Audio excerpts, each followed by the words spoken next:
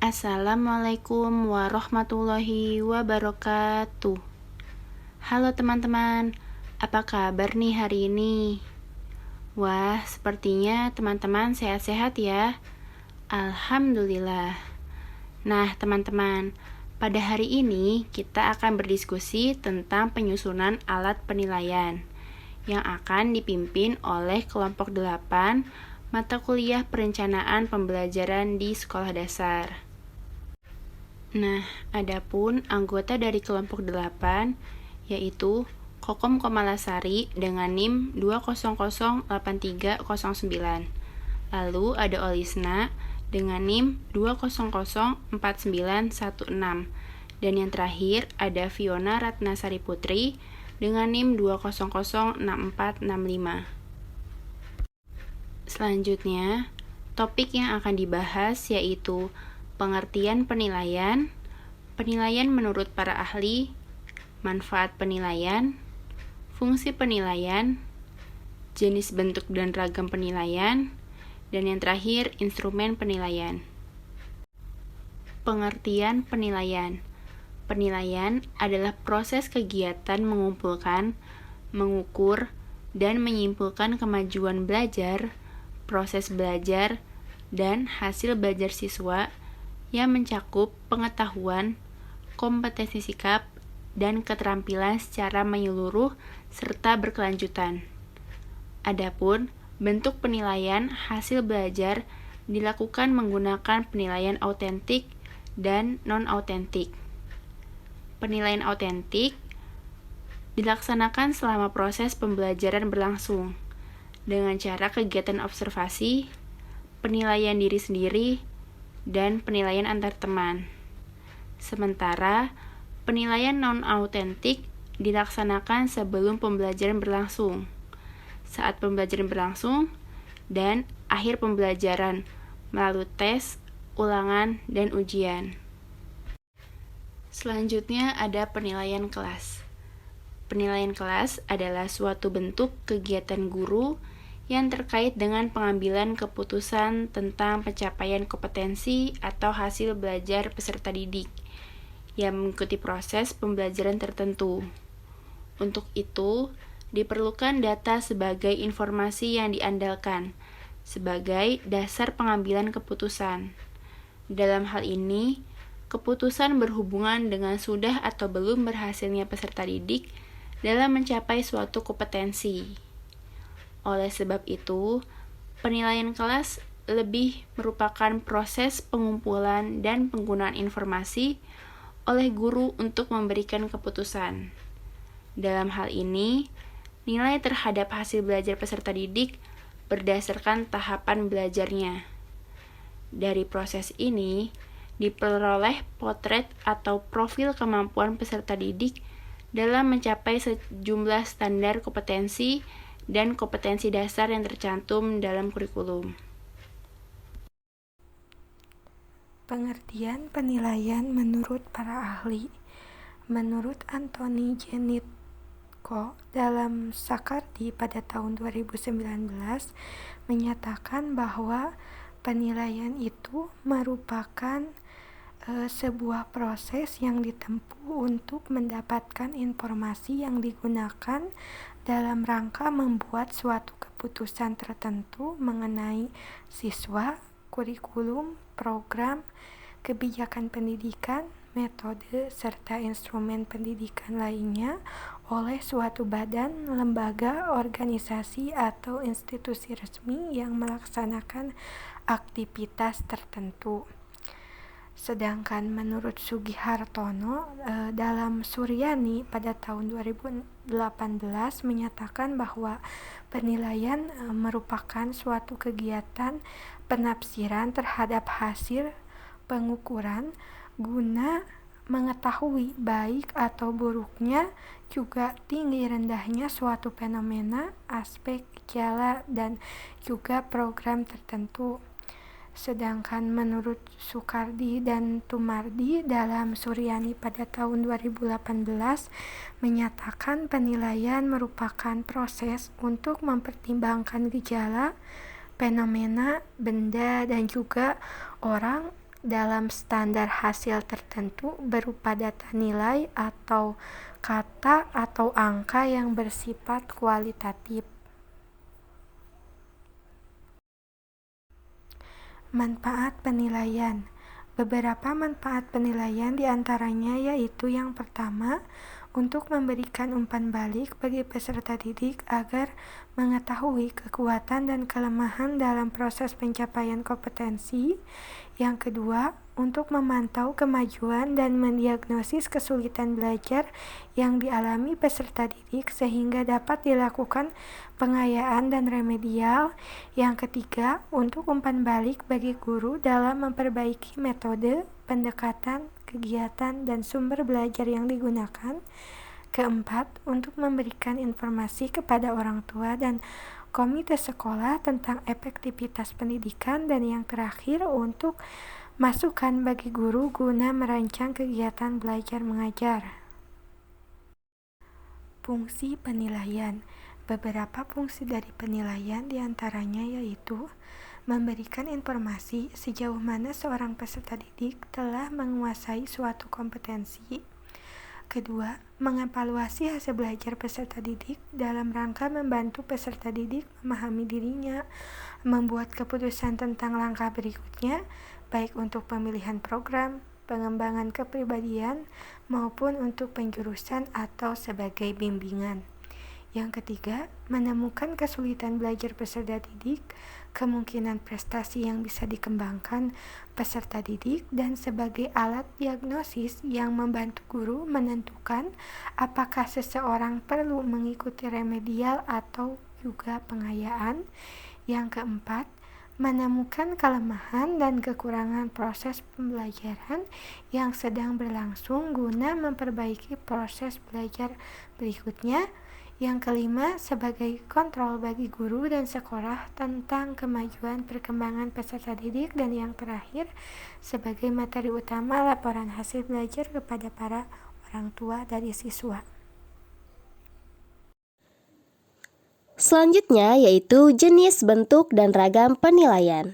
Yang pertama, asesmen diagnostik. Penilaian dengan pendekatan asesmen diagnostik merupakan bentuk prapenilaian di mana seorang guru melakukan upaya memahami kelebihan dan kekurangan peserta didik sebelum melakukan proses pembelajaran. Dengan asesmen ini, guru dapat mengetahui tingkat kognitif peserta didik sehingga dapat memutuskan tindak lanjut dalam mendesain pembelajaran. Yang kedua yaitu formatif dan sumatif. Penilaian formatif adalah evaluasi yang dilakukan oleh guru selama proses pembelajaran berlangsung. Penilaian formatif biasa disebut dengan Assessment for Learning atau AFL. Sedangkan penilaian sumatif merupakan penilaian yang dilakukan di akhir proses pembelajaran. Penilaian sumatif biasanya digunakan untuk menentukan kinerja akhir peserta didik seperti ulangan akhir semester atau ujian kelulusan. Penilaian sumatif biasa disebut Assessment of Learning atau AOF. Yang ketiga yaitu penilaian informal dan formal. Penilaian informal biasanya dilakukan dalam bentuk umpan balik dengan peserta didik seperti memberikan pertanyaan-pertanyaan awal sebelum memulai pembelajaran. Sedangkan penilaian formal merupakan evaluasi terhadap kinerja peserta didik selama proses pembelajaran, baik itu berupa tes tertulis maupun lainnya dengan menggunakan standar yang telah ditetapkan. Yang keempat yaitu Continuous Assessment dan Final Assessment. Continuous merupakan penilaian sepanjang pengalaman belajar atau terus-menerus, sementara Final Assessment merupakan penilaian di akhir kegiatan belajar. Penilaian akhir biasanya digunakan untuk pengambilan keputusan sumatif. Dan yang terakhir yaitu penilaian proses dan penilaian produk. Penilaian proses adalah penilaian yang terfokus pada langkah-langkah atau prosedur yang mendasari kemampuan tertentu, seperti mengerjakan tugas dengan proses penyelesaian yang sesuai prosedur yang sistematis. Sedangkan penilaian produk merupakan penilaian pada karya atau hasil akhir dari tugas yang telah dikerjakan oleh peserta didik. Selanjutnya yaitu instrumen penilaian. Instrumen merupakan alat bantu untuk mengumpulkan data atau informasi, menurut Arikunto tahun 2002. Lalu, evaluasi adalah kegiatan untuk mengumpulkan informasi tentang bekerjanya sesuatu yang selanjutnya informasi tersebut digunakan untuk menentukan alternatif yang tepat dalam mengambil keputusan, menurut Arikunto tahun 2005.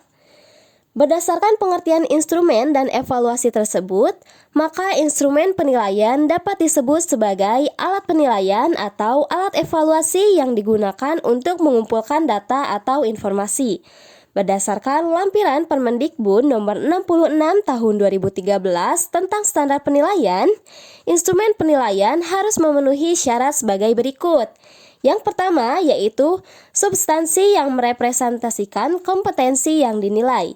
Yang kedua, konstruksi yang memenuhi persyaratan teknis sesuai dengan bentuk instrumen yang digunakan.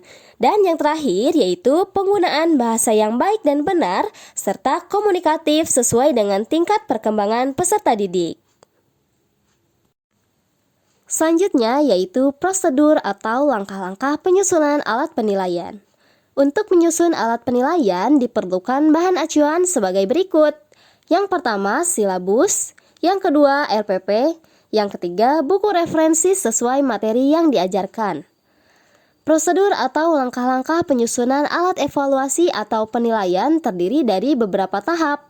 Yang pertama yaitu menyusun kisi-kisi soal.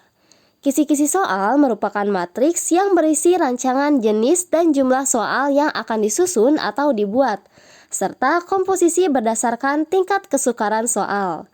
Jenis soal adalah penggolongan soal seperti bentuk pilihan ganda, berganda, jawaban singkat, atau bentuk uraian atau esai. Sedangkan tingkat kesukaran soal penggolongan berdasarkan soal yang mudah, sedang, dan soal yang tergolong sulit. Yang kedua yaitu menyusun indikator soal. Setelah menyusun kisi-kisi soal, maka langkah selanjutnya adalah membuat atau menyusun indikator soal.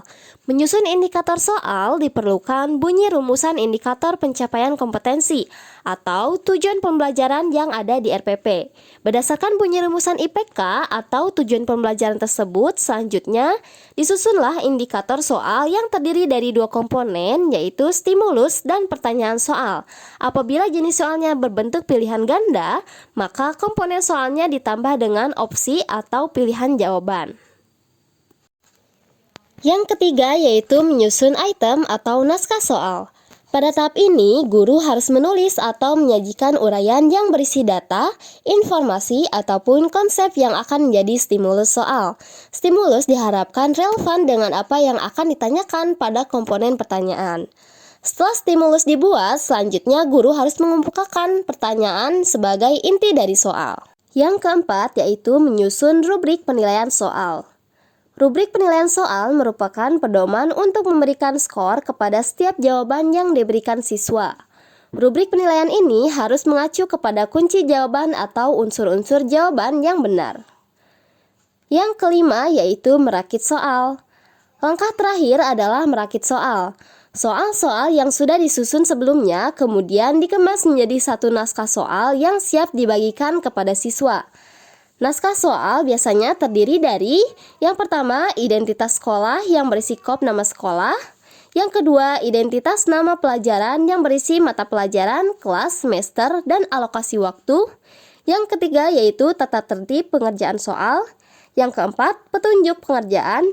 Dan yang kelima yaitu soal-soal. Selanjutnya yaitu alat penilaian dari tes subjektif atau tes uraian. Tes uraian sering disebut bentuk dari tes subjektif adalah salah satu jenis tes hasil belajar yang memerlukan jawaban yang bersifat uraian kata-kata atau pembahasan. Tes uraian dapat dibagi menjadi dua golongan yaitu yang pertama tes uraian terbatas. Dalam menjawab tes uraian terbatas ini, peserta didik mengemukakan jawaban yang sifatnya sudah terarah atau dibatasi. Walaupun jawaban peserta didik bermacam-macam, tetap harus ada pokok-pokok penting yang terdapat dalam sistematika jawabannya sesuai dengan batas-batas yang telah ditentukan dan dikehendaki dalam soalnya. Uraian terbatas menghendaki jawaban yang jelas dan pasti. digunakan untuk mengungkap kemampuan berpikir pada jenjang pengetahuan, pemahaman, dan penerapan dalam ranah kognitif. Untuk contoh tes uraian terbatas seperti yang pertama, sebutkan 5 sholat wajib yang dikerjakan sehari semalam. Yang kedua, sebutkan 5 sila Pancasila beserta simbolnya. Nah, dari contoh tersebut sudah jelas bahwa jawabannya sudah terarah dan dibatasi. Yang kedua yaitu tes uraian bebas. Pada tes uraian ini, peserta didik bebas dalam mengemukakan jawaban atau pendapatnya yang luas dan menyeluruh. Tes uraian bebas pada umumnya digunakan pada jenjang kemampuan berpikir pada tingkat tinggi dari pengelompokan ranah kognitif. Pada tes uraian bebas, sepenuhnya jawaban ditentukan oleh peserta didik dalam merumuskan, mengorganisasikan, dan menyajikan jawabannya sesuai dengan kemampuannya. Namun, guru tetap harus mempunyai kriteria atau patokan dalam mengoreksi jawaban peserta didik nanti. Contoh dari tes uraian bebas ini seperti berikut. Yang pertama, mengapa sebelum beraktivitas kita harus berdoa? Yang kedua, mengapa manusia memerlukan makan dan minum? Nah, dari contoh tersebut sudah jelas peserta didik dapat mengemukakan jawaban secara luas. Selanjutnya yaitu tes objektif.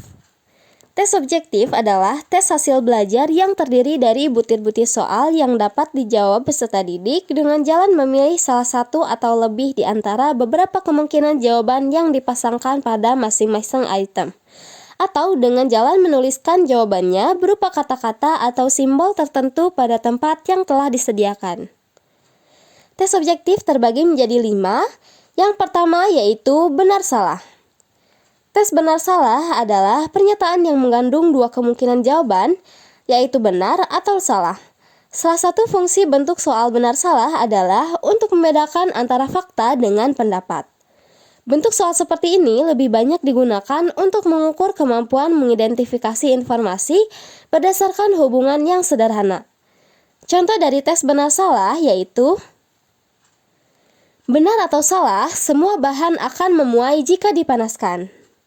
Nah, dari soal tersebut sudah jelas peserta didik hanya perlu memilih apakah pernyataan tersebut benar atau salah. Yang kedua yaitu pilihan ganda.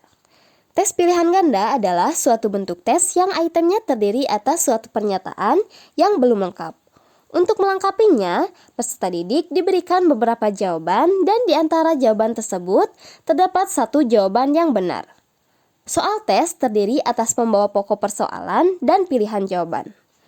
Persoalan dapat dikemukakan dalam bentuk pertanyaan dan dapat pula dalam bentuk pernyataan yang belum sempurna.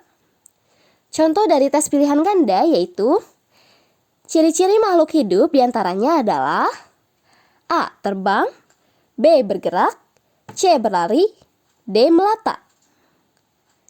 Nah, dari soal tersebut, peserta didik hanya perlu memilih satu jawaban yang paling tepat. Yang ketiga yaitu menjodohkan. Tes menjodohkan adalah suatu bentuk tes yang terdiri dari 2 kolom paralel, yang satu kolom terdiri atas keterangan atau pernyataan, sedangkan kolom yang satunya terdiri atas jawaban terhadap pernyataan yang terdapat pada kolom yang lainnya. Contoh dari tes menjodohkan yaitu di kolom pertama ada 5 tambah 11, 16 tambah 2, dan 9 tambah 13. Di kolom lainnya ada 22, 16, dan 18. Nah, dari soal tersebut, peserta didik hanya perlu memberi garis antara dari kolom keterangan dengan kolom jawaban mana yang tepat. Yang keempat yaitu melengkapi. Tes melengkapi adalah suatu pernyataan yang belum lengkap yang meminta peserta didik untuk melengkapinya dengan 1 atau 2 kata yang benar. Jawaban dapat berbentuk kata, bilangan, kalimat, simbol, dan jawaban hanya dapat dinilai benar atau salah. Contoh dari tes melengkapi yaitu yang pertama, Pancasila terdiri dari titik-titik sila. Yang kedua, saat bernapas, manusia menghirup titik-titik. Nah, dari soal di atas, peserta didik hanya perlu melengkapi soal tersebut dengan jawaban yang tepat. Dan yang terakhir yaitu jawaban singkat. Tes jawaban singkat adalah tes isian tertulis yang menuntut siswa untuk mengisikan perkataan, ungkapan, atau kalimat pendek sebagai jawaban terhadap kalimat yang tidak lengkap, atau jawaban atas suatu pernyataan atau jawaban atas asosiasi yang harus dilakukan.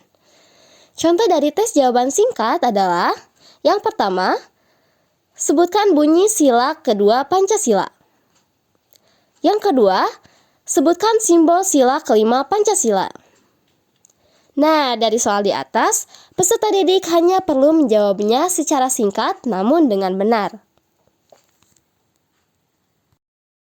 Sekian pemaparan dari kelompok kami.